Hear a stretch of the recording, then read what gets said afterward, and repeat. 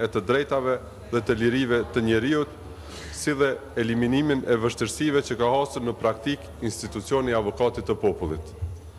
Me miratimin e këtij projekt ligji si pjesë e pakos së ligjeve për të drejtat e njeriut, ne përmbushim edhe një kërkesë nga raporti Komisionit Evropian për përmbushjen e kritereve lidhur me liberalizimin e vizave. Dispozitat e këtij projekt ligji si pjesë e pakos së projekt ligjeve që kanë të bëjnë me të drejtat e njeriut janë harmonizuar me projekt ligjin për mbrojtje nga diskriminimi dhe projekt ligjin për barazi gjinore, si dhe ligjet tjera që rregullojnë këtë fushë, si dhe do të prodhoj efekte të dukshme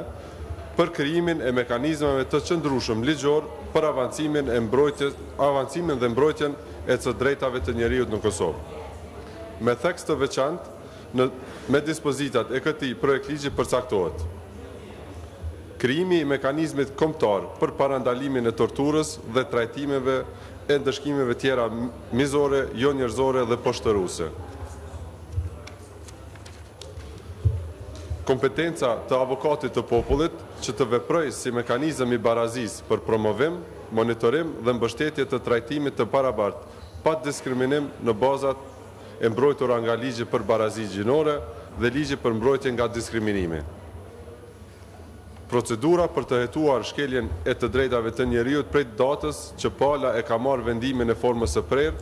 apo që është njoftuar lidhur me të dhe deri në dorëzimin e ankesës në institucionin e avokatit të popullit.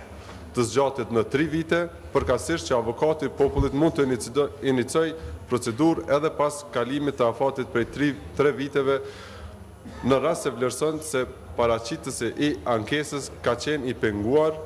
dhe se në rast se shkelja është duke vazhduar apo në rast se vlerëson që çështja është e rëndësisë së veçantë.